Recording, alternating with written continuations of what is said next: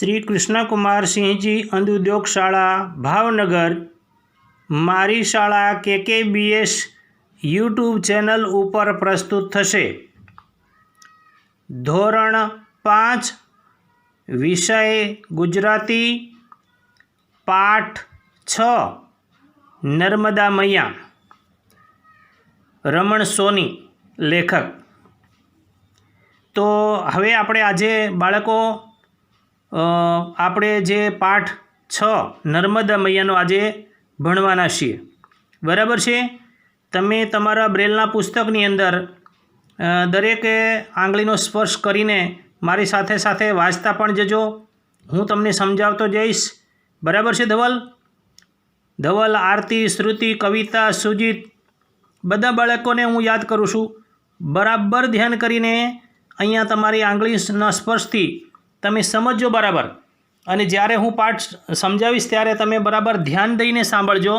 અને રસપ્રદ કે નર્મદા મૈયા એનો પાઠ આપણે આજે ભણવાના છીએ, બરાબર છે। ચાલો બધા તૈયાર?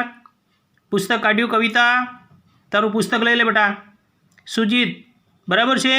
આરતી એમને કહી દે, બરાબર? ચાલો, ઓકે, સરસ। પાઠ નંબર 6 નર્મદા મૈયા રમણ સોની। આ પ્રવાસ વર્ણનમાં લેખકે લોકમાતા નર્મદાનો સરળ ભાષામાં સરસ પરિચય કરાવ્યો છે। નર્મદા મૈયા ખરા અર્થમાં ગુજરાતની લોકમાતા છે, જીવાદોરી છે। આ વાત લેખકે આપણે પોતે પ્રવાસ માણતા હોઈએ તેવી રસાળ શૈલીમાં કરી છે। ચાલો ત્યારે આજે એક નવી જ જાતનો પ્રવાસ કરીએ। મુસાફરી કેટલી લાંબી છે ખબર છે? 1312 કિલોમીટર જેટલી। તમને થશે, અરે કેટલી લાંબી, ક્યારે પૂરી થાય ને કેવા થાકી જવાય? પણ આપણે પંખીની પાંખે ને પાણીના પ્રવાહે પ્રવાસ કરીશું। આ પાણીના પ્રવાહ એટલે શું કે પાણીની જેમ ઘસમસતા આવી ઝડપે નહીં થાક લાગે, નહીં ખોટો સમય જાય ને મજા એટલી જ આવશે। મનને તૈયાર રાખજો, આપણે છેક દૂર પહોંચી જઈએ છીએ। ગુજરાતની પૂર્વ બાજુએ શરૂ થાય છે મધ્યપ્રદેશ। આપણે જઈશું મધ્યપ્રદેશમાં, પણ છેક પૂર્વ તરફ એટલે કઈ બાજુ આવ્યું? પૂર્વ, દાહોદ બાજુ, મારું જે વતન છે તે બાજુ। ત્યાં મૈકલ નામનો પર્વત છે, તેની તળેટીમાં એક વિશાળ સરોવર છે અમરકંટક, અને ત્યાંથી નીકળે છે આપણી નર્મદા મૈયા। આકાશમાં ઊંચે ને ઊંચે જઈએ તો ભારત દેશના બે આડા ભાગ પાડતી એક ચળકતી ને સરકતી રેખા દેખાય, એ જ નર્મદા। ઉપરનો ભાગ ઉત્તર ભારત ને નીચેનો ભાગ દક્ષિણ ભારત। વળી કંઈ કેટલાય કિલોમીટર સુધી તો નર્મદાની બંને બાજુ બે ઊંચા પર્વતો છે।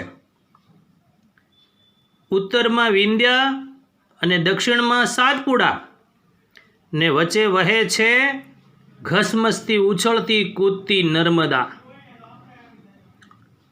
તમને ખબર છે નર્મદાનો અર્થ? નર્મદા એટલે આનંદ આપનાર નદીનું નામ, એને નર્મદા। જે આપણને આનંદ એટલે કે નર્મ આપે તે નર્મદા। એના કિનારા પરની કુદરતી શોભા આપણને આનંદિત કરી મૂકે એવી છે। ઠેર ઠેર સુંદર વૃક્ષો ને સાથે સાથે ચાલ્યા આવતા ઊંચા નીચા પહાડો, ક્યાંક લીલોતરીવાળા સુંદર ખુલ્લા મેદાનો। નર્મદા ક્યાંક એકદમ શાંત, ક્યાંક દોડતી કૂદતી, એટલે એને રેવા પણ કહે છે। રેવા એટલે કૂદનારી, અને રેવા એટલે કૂદનારી, ક્યાંક એ ધોધ બની જાય છે ને ક્યાંક પહોળા પટે ધીર ગંભીર વહે છે. આવી સરસ નદી આપણા ઋષિમુનિઓ તો એના સુંદર કિનારે યાત્રા કરી એના વખાણ કરતાં થાકતા જ નથી. તમે તમારા દાદા દાદીને આ સ્ત્રોત ગાતા પણ સાંભળ્યા હશે કે ત્વાદિયા પાદ પંકજમ નમામિ દેવી નર્મદે, ત્વાદિયા પાદ પંકજમ નમામિ દેવી નર્મદે. તો ત્વાદિયા એટલે તારા અને પાદ પંકજમ એટલે ચરણકમળ. બરાબર. લો, આમ વાત કરતાં કરતાં આપણે જબલપુર પાસે ભેડાઘાટ આવી પહોંચ્યા. સુંદર જગા છે. આરસ પહાડના ઘેરા પીળા ખડકો વચ્ચે શાંત વહેતો પ્રવાહ. ચાંદની રાતે નૌકા વિહારની એવી તો મજા આવે ને. આ જુઓ, પર્વતો કેટલા નજીક આવી ગયા છે, જાણે વાતે વળગ્યા. આ જગ્યાને બંદરકૂદ કહે છે. આ પર્વત પરથી સામેના પર્વત પર ને ત્યાંથી વળી પાછા આ પર્વત પર વાંદરા કૂદાકૂદ કર્યા કરે છે અને વચ્ચે નદી માતા જોયા કરે. એ વાંદરા કૂદ કહે છે. કહે છે કે જૂના જમાનામાં શૂરવીર સૈનિકો પોતાના ઘોડા પણ અહીંથી કૂદાવી જતા ને ત્યાં જુઓ 108 પગથિયાવાળો 64 જોગણીઓનું ગૌરીશંકર મંદિર. ગૌરીશંકર મંદિર એટલે દેવી પાર્વતી અને ભગવાન શંકર, એને ગૌરીશંકર કહેવામાં આવે છે. આ નર્મદા મૈયાને કિનારે મંદિરો કેટલા બધા અને ઠેર ઠેર. તો આ ઠેર ઠેર શબ્દનો અર્થ શું થાય? ઠેકાણે ઠેકાણે, સ્થળે સ્થળે. હવે થોડા આગળ જઈશું ને, નદીની સાથે સાથે પૂર્વથી પશ્ચિમ તરફ મુશળધારથી પણ વધારે વરસાદ પડે તેને શું કહીએ? ધુવાધાર વરસાદ. ધુવા એટલે ધુમાડો ને ધાર એટલે પાણીની ધારા. આ ધુવાધાર નામની જગ્યાએ નર્મદા ધોધની જેમ પડે છે. ઊંચા પર્વત પરથી નીચે મોટી શિલાઓ પર પડે. આથી ફીણ ભરેલા સફેદ પાણી ઉછળે ને એની આસપાસ એટલા બધા ઝીણા ઝીણા બિંદુઓ ઉડે કે જાણે ધુમાડો જોઈ લ્યો. કેટલું સુંદર દૃશ્ય. તડકો હોય તો મેઘધનુષ્ય પણ દેખાય ને પાણી પડવાનો અવાજ તો સિંહની ગરજના જેવો. આજુબાજુ ખુલ્લો પ્રદેશ. આગળ જતા પ્રવાહ સહેજ ધીમો પડે. પણ આ પથ્થર શંખજીરુના સફેદ સુંવાળા પથ્થર છે. શંખજીરુના એટલે કે એક સફેદ ચીકણો પથ્થર. થાય કે થોડા વીણી લઈએ. હવે થોડીક ઝડપ કરીશું ને. ઇટારસી, હોશંગાબાદ આગળ નર્મદાને કિનારે ત્રાંસા અણીદાર પથ્થરો છે. ઇટારસી, હોશંગાબાદ એટલે એનો અર્થ શું થાય? તો મધ્યપ્રદેશના શહેરો. ઇટારસી અને હોશંગાબાદ મધ્યપ્રદેશના શહેરો. ધ્યાન રાખીને પગ મૂકવો પડે.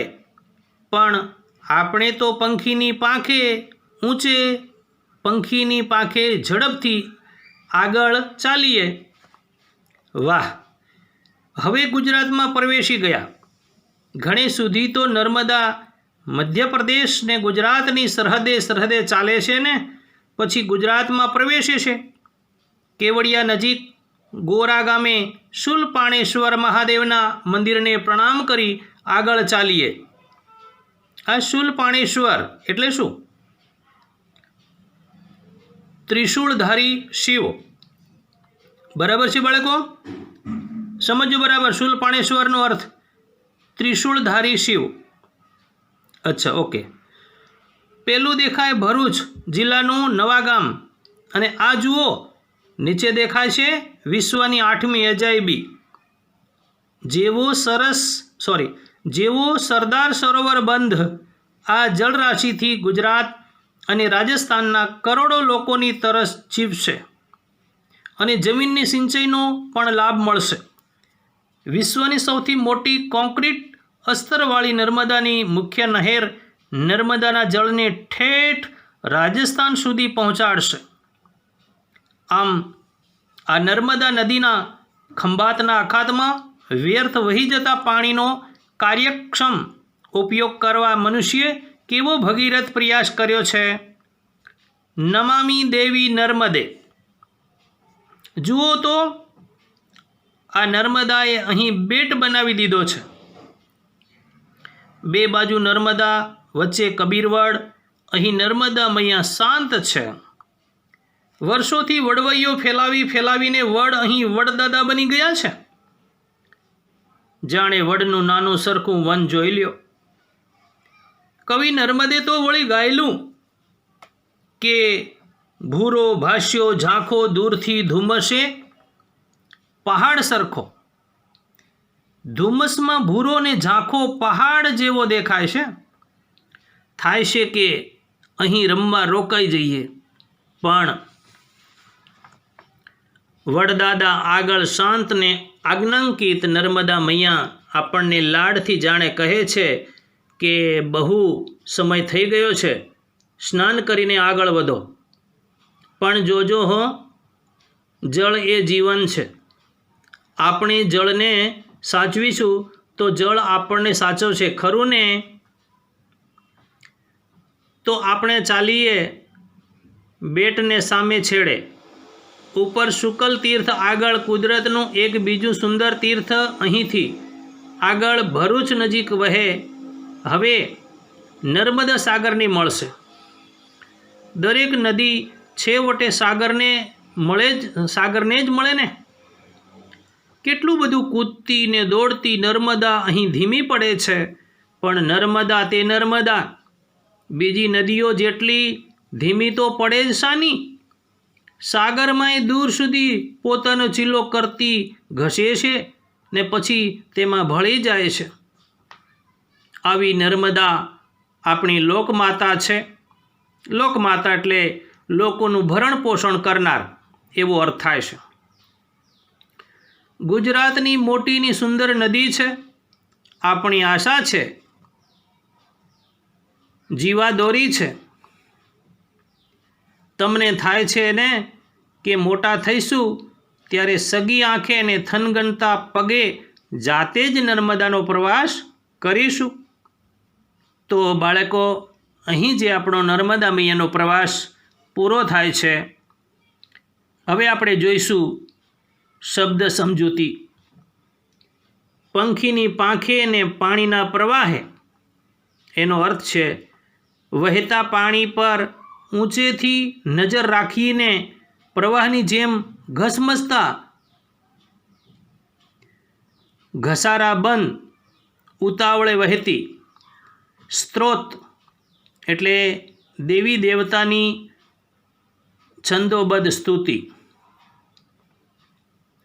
પછી ત્વાદિયા પાદ પંકજમ નમામિ દેવી નર્મદે.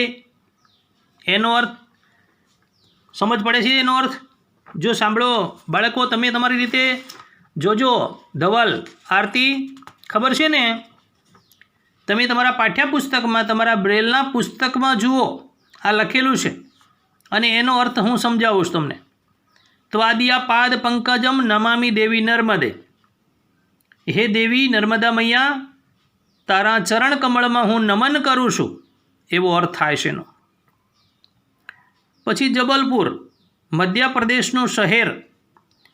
નૌકા વિહાર. નૌકા વિહારનો અર્થ શું થાય? હોડીમાં બેસીને ફરવું અથવા સહેલગાહ કરવી તે. 64 જોગણી. 64 યોગીઓની આપણે ત્યાં પુરાણોમાં જોગણીની સંખ્યા 64 છે એવી માન્યતા છે. ગૌરીશંકર. જો ગૌરીશંકર પાછો શબ્દ એનો અર્થ આવ્યો છે અઘરો, તો ગૌરીશંકર એટલે દેવી પાર્વતી અને ભગવાન શંકર, એને ગૌરીશંકર પણ કહેવાય. અત્યારે શ્રાવણ મહિનામાં પણ ભગવાન ગૌરીશંકરને આપણે યાદ કરીએ હર હર મહાદેવ. ઠેર ઠેર એટલે કે ઠેકાણે ઠેકાણે, સ્થળે સ્થળે. મુશળધાર એટલે મુશળ એટલે સાંભેલું, અને સાંભેલા જેવી ધાર, જાડી ધાર, એને મુશળધાર કહેવામાં આવે. મેઘધનુષ્ય એનો અર્થ છે ધનુષ્યના જેવું અર્ધગોળ 7 રંગોમાં દેખાતું રમણીય દૃશ્ય. ગામ લોકો તેને કાચબી પણ કહે છે. શંખજીરું એક સફેદ ચીકણો પથ્થર. ઇટારસી હોશંગાબાદ એટલે મધ્યપ્રદેશના શહેરો. વિદ્યુત વિદ્યુત એટલે વીજળી. બેટ બેટનો અર્થ નદી કે દરિયામાં વચ્ચે આવેલો જમીન ભાગ, એને બેટ કહેવામાં આવે. શૂલપાણેશ્વર મહાદેવ એટલે શિવ. શૂલપાણેશ્વર મહાદેવ એટલે ત્રિશૂળધારી શિવ. સુખાકારી સુખી હાલત, તંદુરસ્તી. શુકલ તીર્થ નર્મદા કિનારે આવેલું પ્રાચીન તીર્થ, એને શુકલ તીર્થ કહેવામાં આવે છે. લોકમાતા લોકોનું ભરણ પોષણ કરનાર, ઉછેરનાર માતા. જીવાદોરી જીવનનો મુખ્ય આધાર. જીવાદોરી એટલે જીવનનો મુખ્ય આધાર. તો મિત્રો, અહીં આપણે શબ્દ સમજૂતીના અર્થ આટલા છે, એ તમે બરાબર તૈયાર કરજો અને આપણા પાઠને બરાબર સમજો, અને આવો સરસ મજાનો નર્મદા મૈયાનો પ્રવાસ આપણે અહીંયા પૂરો કરીએ છીએ. બરાબર છે બાળકો? અને તમે બરાબર પ્રશ્નોના જે અઘરા શબ્દોના અર્થ મને પણ જણાવજો અને સમજો બરાબર. બરાબર છે? ચાલો, બધાને કહું છું આવજો. ધવલ, આરતી, શ્રુતિ, કવિતા, સુજીત. બરાબર છે ને બેટા? બધાને સરસ આવજો.